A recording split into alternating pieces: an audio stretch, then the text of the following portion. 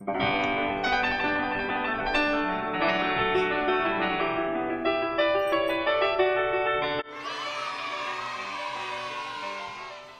Wrong with Wolfsbane? A book about managing big emotions. Written and illustrated by Tami Brumbaugh. To our Woodland Elementary family and beyond, we often feel big emotions and can grow by learning to manage them. For extra engagement, hand clappers, a musical instrument, or clapping can be added each time the clackety clackety clackety clack text appears. Timber ducked under a table as a book flew over his ears. Wolfsbane was at it again. The clacker in his brain went clackety, clackety, clackety, clack. He huffed and he puffed, growled and howled as he knocked over desks and chairs. "Everyone to the hallway," Miss Larson instructed. The wolf pack dashed out of the classroom and sat against the hall wall as Miss Ansley, their school counselor, entered the room. The wolves started whispering to each other. "Do you think he's breaking our stuff again?" asked Tundra. She nervously chewed her claws. "I hope not," Timber answered. He cringed when he heard loud thuds and glass shattering. Finally, the howling ended and Miss Ansley called them back in. The classroom looked like a tornado had struck. Wolfsbane sat in the rest area with his arms crossed. The wolves helped Miss Larson put the classroom back together. Miss Ansley looked at their tense expressions. "I feel stressed from what just happened, which puts me in the yellow zone. Are some of you feeling worried?" Most of the class nodded. Miss Ansley said, "Let's try a tense and release strategy." She had them tense their paws for 5 seconds and then release their muscles for 10 seconds. She repeated this process with their legs, stomach, shoulders, mouth, and eyes. Wolfsbane joined in. Once the class was relaxed, they continued their math lesson. A few weeks later, Wolfsbane was at it again. The clacker in his brain went clackety, clackety, clackety, clack. He huffed and he puffed, growled and howled as he started throwing balls at everyone in the gym. A ball smacked Lobo in the head. "What did you do that for?" she exclaimed. Miss Morrow stood between the two wolves in case claws came out. "Both of you look angry. I think you're in the red zone. Let's try a breathing strategy to calm down. Everyone who's feeling angry or uneasy can try it with us." Pretend to hold a huge slice of hot pizza. It smells so good. Smell the pizza by taking a deep breath in through your nose for 5 seconds.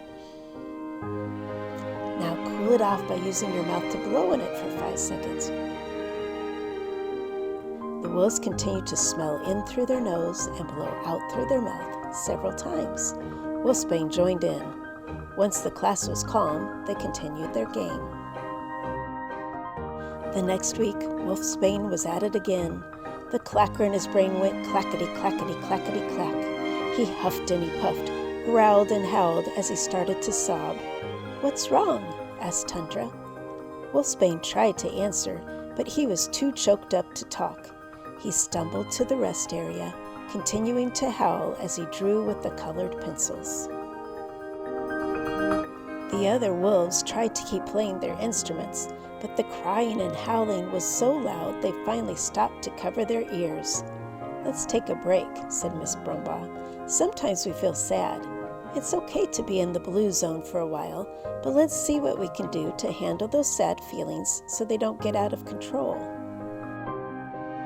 She started playing some soothing classical music and had the wolves imagine they were sitting in the sunshine on the beach.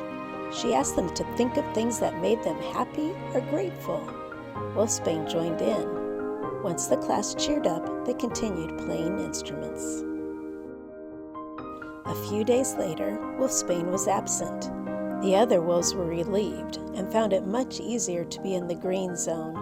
They learned their lessons quicker. They earned more time to play. They laughed more, until Canis tripped and bumped Wolfsbane's desk. A paper floated out and landed on the floor. The class looked at it and froze. It was the paper Wolfsbane worked on while he was in the rest area. It had a picture of a wolf on a bed attached to tubes. It said, "I'm sad because my mama is still in the hospital and I don't know if she'll ever come home." The next day, Wolfsbane was back and at it again. The clacker in his brain went clackety, clackety, clackety, clack.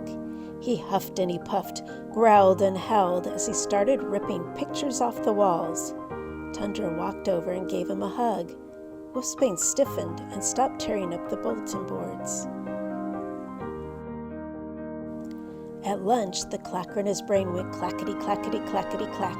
He huffed and he puffed, growled and howled. Timber patted him on the back and said, "It'll be okay." When the last bell rang, the clacker in his brain went clackety, clackety, clackety, clack. He huffed and he puffed, growled and howled. Canis asked if he wanted to come over to his house to play on Saturday. That evening, Papa Wolf loaded the family into the car and drove to the hospital. Wolfsbane and his sisters stood by Mama Wolf's bed. The medicine made her too tired to even open her eyes. Wolfsbane's tail drooped. The clacker in his brain went clackety, clackety, clackety, clack. His sisters huffed and puffed, growled and howled. Wolfsbane saw the tears in their eyes. He tensed and released his muscles, and then took a deep breath in through his nose and out through his mouth. "It'll be okay," he said as he hugged them. "Let's imagine we're sitting in the sunshine on the beach with Mama. We're having a picnic and telling stories. What are some of your favorite times with her?" As the family talked, the clackety, clackety, clackety, clacking, the huffing and puffing, the growling and howling all grew softer, and Mama Wolf smiled.